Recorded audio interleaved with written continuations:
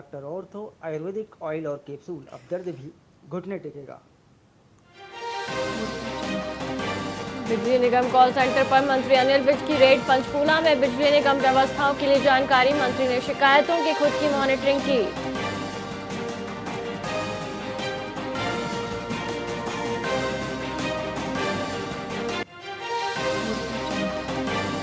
भिवानी में नवनिर्वाचित सरपंच और पंचों ने ली शपथ। उपचुनाव में जीते प्रतिनिधियों ने ली शपथ। पंचायत प्रतिनिधियों ने विकास कार्यों का संकल्प लिया।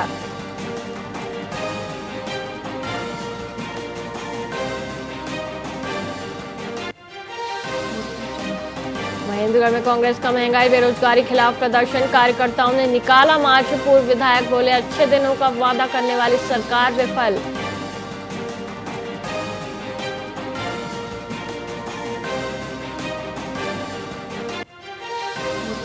डीसीसीईओ और बीडीपीओ को हाईकोर्ट का नोटिस। एबीपीओ केस में स्टे आदेश की अनदेखी। 29 मई को पेश होने का आदेश।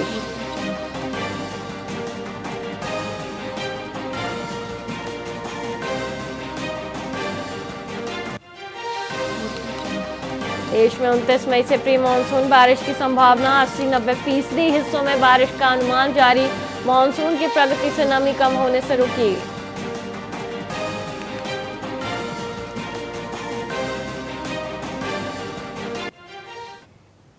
नमस्कार, आप देख रहे हैं वीआईपी न्यूज और मैं हूं आपके साथ वैशाली श्रीवास्तव। आइए रुक करते हैं खबरों की ओर। रेवाड़ी में पूर्व मंत्री कैप्टन अजय सिंह यादव ने नेहरू पार्क की बदहाली पर गहरा रोष व्यक्त करते हुए भाजपा सरकार पर स्वतंत्रता सेनानियों के अपमान और बढ़ती महंगाई का आरोप लगाया। उन्होंने पंडित जवाहरलाल नेहरू की पुण्यतिथि और राव अभय सिंह की जयंती पर दोनों को श्रद्धांजलि अर्पित की। कैप्टन यादव ने नेहरू पार्क की उपेक्षा पर सरकार को आड़े हाथों लिया और कहा कि महापुरुषों के सम्मान से सरकार को कोई लेना देना नहीं है। उन्होंने पेट्रोल डीजल के बेतहाशा बढ़ते दामों पर भी केंद्र सरकार को घेरा और प्रधानमंत्री के जनता से त्याग की अपील वाले बयानों को नौटंकी करार दिया। और जितने भी बड़े बड़े स्टील के प्लांट्स थे, आपके एचएमटी थी, और सबसे बड़ी बात है कि nuclear Bhama atomic power station जो है उन्होंने स्थापित किया था। और 5 वर्षीय योजना जो वो लेके आए थे, जिसको मोदी जी ने चेंज कर दिया, तो देश के लिए एक मील का पत्थर साबित हुआ था। प्रथम विधायक थे यहाँ से, और उन्होंने जो है मसानी से जो पानी आता था, मीठा पानी रेवाड़ी में, उसका कार्य शुरू किया था। नारनौल रोड और महेंद्रगढ़ रोड, इसका निर्माण किया था। और जितने भी बड़े बड़े गुरुग्राम के सेक्टर 78 स्थित बड़े जोहड़ वाले मंदिर में चोरों ने दान पात्र तोड़कर करीब 60 से 70 हजार रुपए की नकदी चुरा ली। यह घटना सीसीटीवी कैमरे में कैद हो गई, जिसमें चोर कटर या भारी औजार से दान पात्र तोड़ते हुए दिखाई दे रहे हैं। सुबह मंदिर पहुंचने पर प्रबंधन को टूटे दान पात्र और बिखरा सामान मिला, जिसके बाद पुलिस को सूचित किया गया। पुलिस ने अज्ञात चोरों के खिलाफ मामला दर्ज कर लिया है और फुटेज के आधार पर जांच शुरू कर दी है। डॉग स्क्वाड और फॉरेंसिक टीम ने भी मौके से सबूत जुटाए हैं। और रात के 12:30 बजे के लगभग चोर आए थे। तो उन्होंने जो मेन गेट है मंदिर का, उसके कुंडी काटी है, ब्लेड से कुंडी काट के अंदर गए। अंदर इधर उधर घूमे, देखा वारी भी करी है।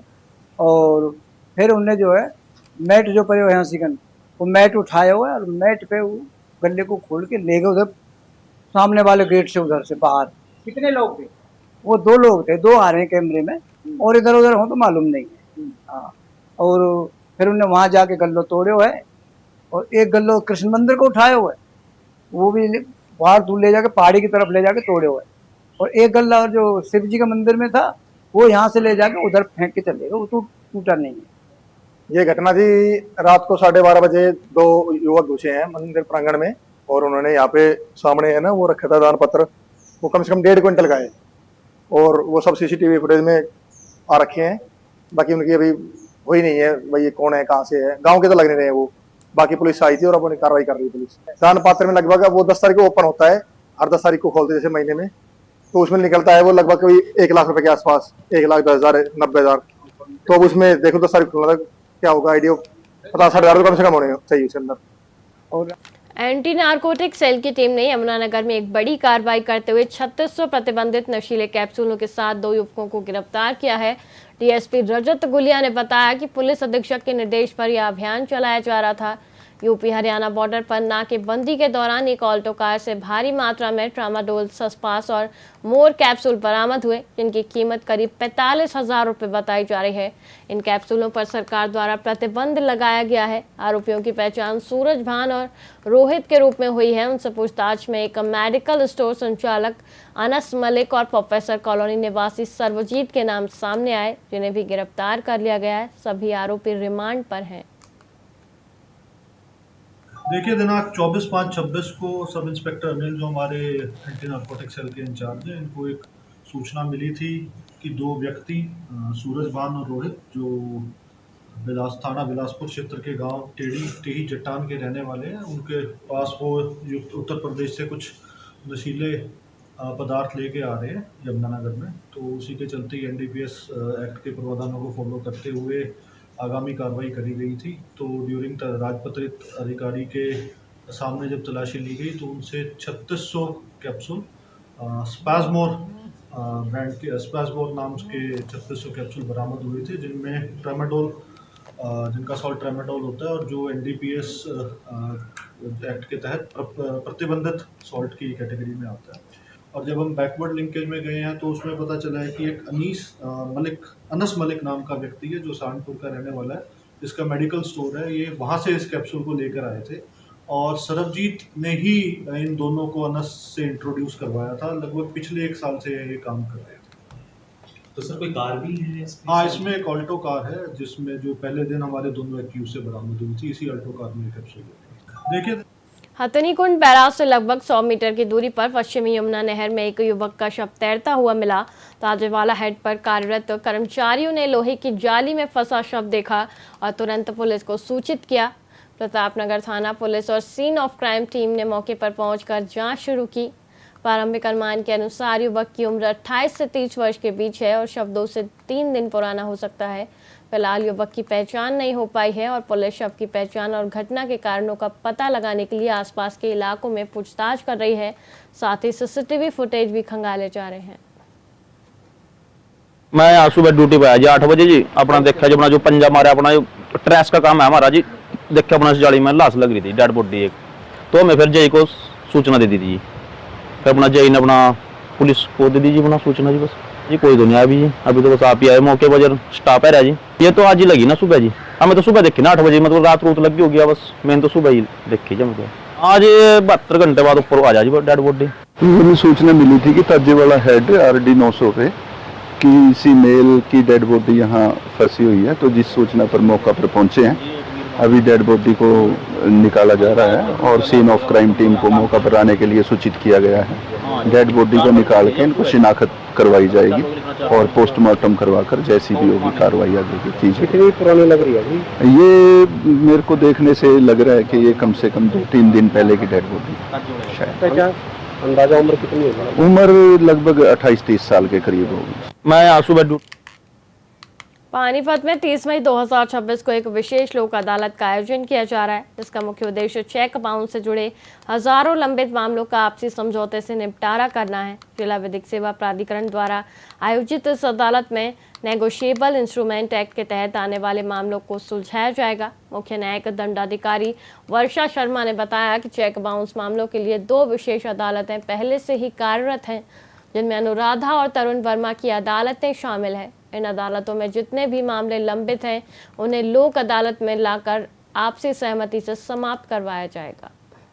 उम्मीद है बहुत केसेस आने की, क्योंकि एक कोर्ट में लगभग 4000 केस हैं। तो अगर 8000 केस भी होंगे, उसमें से अगर हम 4000 केस भी 50% केसेस को भी अगर हम पुट अप करेंगे लोक अदालत में, तो उसमें जनता के पास, पब्लिक के पास, लिटिगेंट्स के पास बहुत बड़ा एक अवसर है कि वो अपने केसेस समाधान करा सके, उनको ख़त्म करा सके। क्योंकि जो चेक बाउंस के केसेस होते हैं मेनली वो फाइनेंशियल होते हैं, कि अगर जो कंप्लेनेंट है उसका जो पैसे का नुकसान हुआ है उसको पैसा मिल जाता है तो वो आगे नहीं बढ़ाना चाहता। कंपाउंडेबल केसेस हैं और इसमें हमारी honourable high court, honourable supreme court की बहुत क्लियर डायरेक्शन है कि इनमें मीडिएशन का, इनमें समझौते का बहुत ज़्यादा स्कोप होता है और इसमें ज़रूर कराना चाहिए।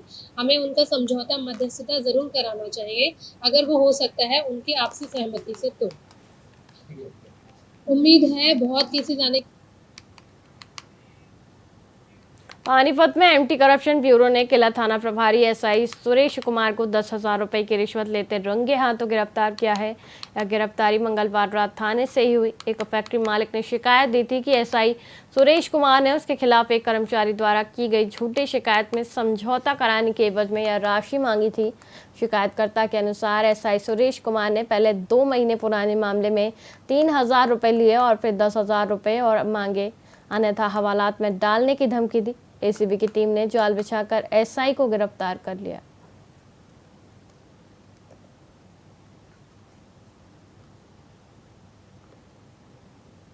और Shri Mamta Singh IPS SP state vigilance crime state vigilance Karnal ने के नेतृत्व में आज एसीबी की टीम ने अपना ट्रैप बिछाया था। कंप्लेनेंट द्वारा शिकायत देने पर 10,000 रुपये में एसआई सुरेश किला को रंगे हाथों काबू किया। कोई कंप्लेंट पेंडिंग थी, उसके एवज में 10,000 रुपये की डिमांड की थी। आज ही डिमांड की थी और आज ही इनके मुकदमा में इनसे रंगे हाथों पैसे बरामद किए। कुछ कुछ नेता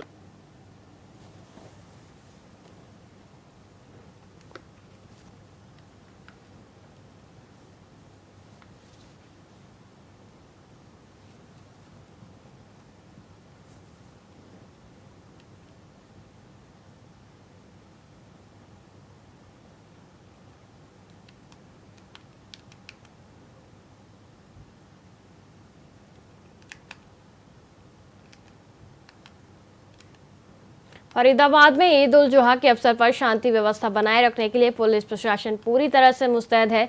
किसी भी उपद्रवी गतिविधि पर सख्त कार्रवाई की चेतावनी दी गई है। डीसीपी सेंट्रल उषा ने बताया कि सीसीटीवी कैमरों से भी उपद्रवियों पर पैनी नजर रखी जाएगी। सुरक्षा के लिए 1000 पुलिस कर्मियों की तैनाती की गई है, जिनमें क्राइम ब्रांच की टीमें भी शामिल हैं। फरीदाबाद की 160 से अधिक मस्जिदों और शहर के प्रमुख स्थानों पर विशेष निगरानी रखी जाएगी। संदिग्ध वाहनों की जांच के लिए जगह जगह नाके लगाए जाएंगे। यह सुनिश्चित किया जाएगा कि पर्व सौहार्दपूर्ण माहौल में संपन्न हो।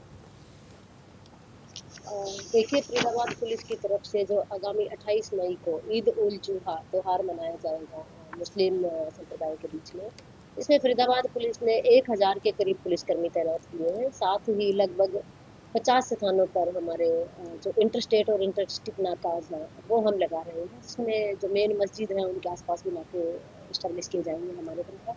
और हमारी 50 से ऊपर ERV पेट्रोलिंग पर रहेंगी। साथ ही हमारी 50 से ऊपर ही राइडर हैं जो पेट्रोलिंग पर रहेगी। संबंधित थाना प्रभारी और चौकी इंचार्ज है वो भी पूरी तरह जो उसके एरिया की मस्जिद हैं उन पर पेट्रोलिंग पे तैनात रहेंगे। साथ ही सभी मस्जिदों पर अलग से पुलिस ड्यूटियाँ लगाई गई हैं।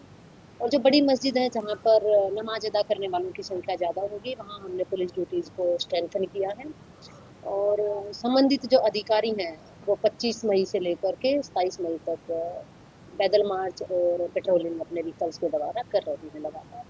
फरीदाबाद पुलिस का यही प्रयास रहेगा कि ईद का त्यौहार शांतिपूर्वक और सौहार्दपूर्ण तरीके से मनाया जाए।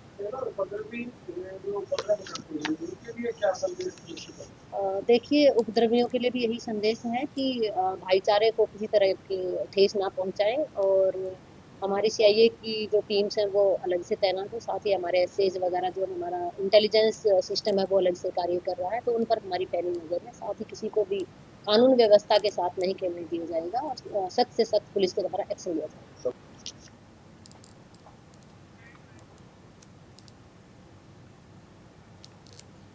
फिलहाल खबरों में इतना ही। मुझे दीजिए इजाजत। देखते रहिए VIP न्यूज़। नमस्कार।